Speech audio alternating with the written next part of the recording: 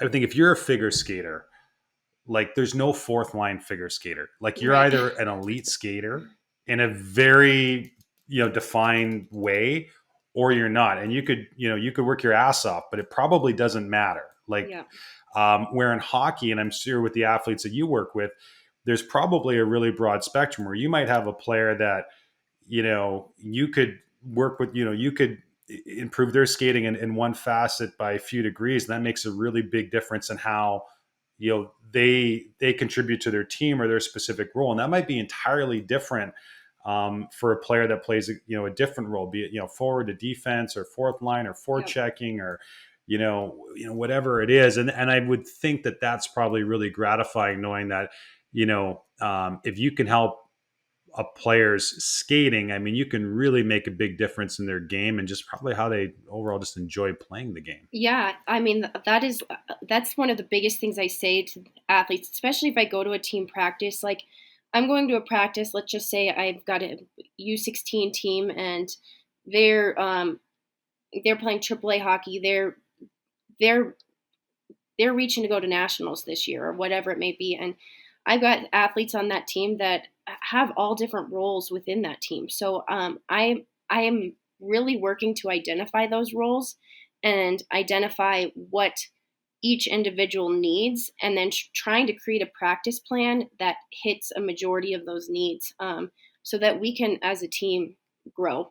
And I always say, because I've always got, I mean, I feel like this may be normal with any coach, but you've always got like at least one kid on the ice that's like, what's this for? Why are we doing this? Or like, that just Yeah. it does not buy in, is not interested, especially when it comes to skating, I feel like. And so the what I usually say to these kids is like, friend, like when you step on that ice for warm up before you ever touch a puck, the coaches, the scouts, um, literally anyone in that building sees your skating. So if you go out there and you're got wobbly ankles and crummy edge work while you're just warming up, like that's not going to be impressive. Where if you are someone that steps on the ice and you're confident in your skating and you just go out there and you're wheeling your crossovers with good form and good habits, and to be honest, the more that like social media grows and the more that we can spread the word of good skating, the more folks are going to be in tune with what good skating looks like. So your poor skating is going to stand out even more so.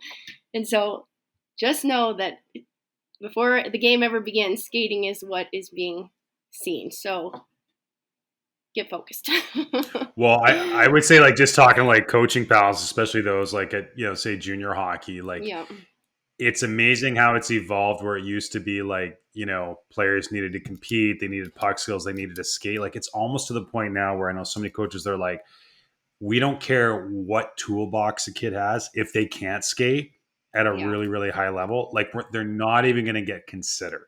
Right. Like, and I think that's how far the game has swung Yeah. in that direction. Um, I wanted to ask you about, just figure skating. So here's sort of my personal history with figure skating. Like I grew up hockey player, watched figure skating at the Olympics. Um, probably had a preconceived notion of like what figure skating was, who did it, didn't really consider it a very competitive activity. Like I just didn't connect those dots. Yeah. Fast forward, so I spent a good chunk of time going back and forth to China, working on sort of grassroots hockey there. And when I first went over, the arena management group that I was working for, they had the contract for the Chinese national figure skating program. And if you're a figure skater in Asia or China, like you are a rock star. Like Yeah. it is a big time sport. Yeah. And so it was the first time, like I had seen like, kids figure skating around the rink over here, but going there and watching the national team figure skaters practice at ice level, like seeing them at eye level, it is so badass. Like they're just amazing athletes. And I always tell people, I'm like, the skating sounds different. Like when they're launching themselves off the ice and doing their turns, like it sounds different, versus a really good hockey player. And you just that audible, I guess, really Yeah. just it reinforces just how powerful they are and how strong they are in their skates. Can you maybe just talk about um, maybe a shout out to those coming from the figure skating world, like Yeah. just how much power is being generated with their edges? And I know Yeah. you talk about things like power pulls, etc. Like these are really tough to master. Yeah. This isn't something like a hockey player, I guess, would just jump on the ice and figure out in 2 seconds. This is Yeah. a lot of work to get to that level. Well, and that's, I mean, I think what's, I mean, maybe lacking a little bit in our sport is hockey coaches making space for figure skaters, and maybe it's because of the impression that you used to have as a young athlete yourself on figure Yeah, skating. And yeah, I mean, that's why I said the technique and the mechanics that I use when I teach hockey really does root from figure skating, because the amount of power and I mean, anyone that watches figure skating on TV, the speed that the TV shows does not do it justice. If you watch figure skaters at like the top level skating at well, senior level is the highest level, which is what you are if you're in the Olympics. If you were to watch that live, from ice dancing to pair skating to singles, men's and women's, you would be mind blown at the amount of speed these guys and gals for sure. are moving across the ice. And it's what I say to my hockey players.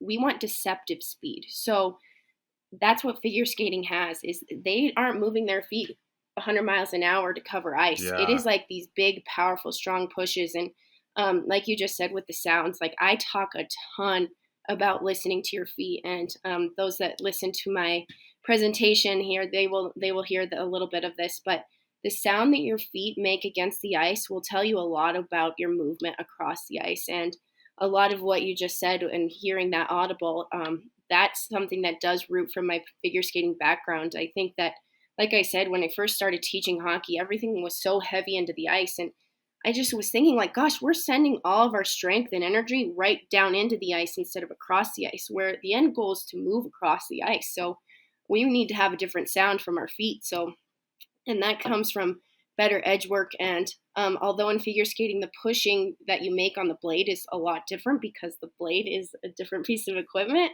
it's still a lot of the same concepts. Like, I want to hear my pushes from my hockey players. I want to hear that edge work from my hockey players. And I think that that's something that's super easy for anyone to check in with. Like, if you're a skater and you're like, wow, I'm sounding really heavy today, or wow, I'm catching my foot as I recover. that's interesting. I'm Yeah, gonna send all my strength and energy right down instead of across. Like, that's something that's easy to fix. Like, there's really two sounds that you should be hearing as a hockey player, and that's the edge. I didn't get that. Oh, my watch is talking. Sorry. That's the edge.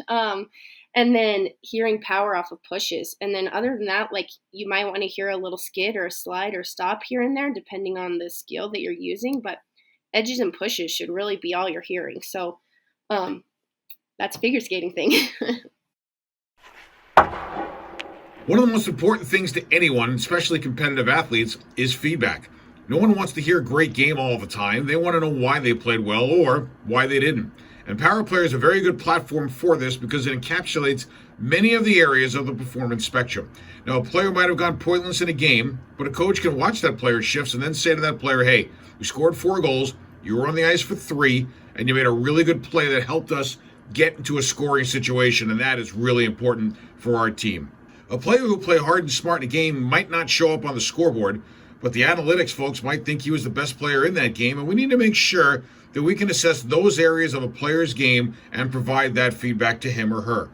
Practice is also an area where coaches can generate a lot of dialogue with players. How you practice is how you play, and many good youth hockey coaches have found a way to film practice, review it, and give feedback regarding work ethic, execution, and compete level.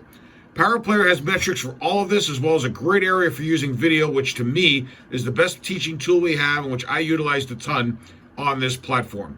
Power Player allows coaches to reach a greater number of players on a larger number of topics in a way that today's young athlete needs and understands.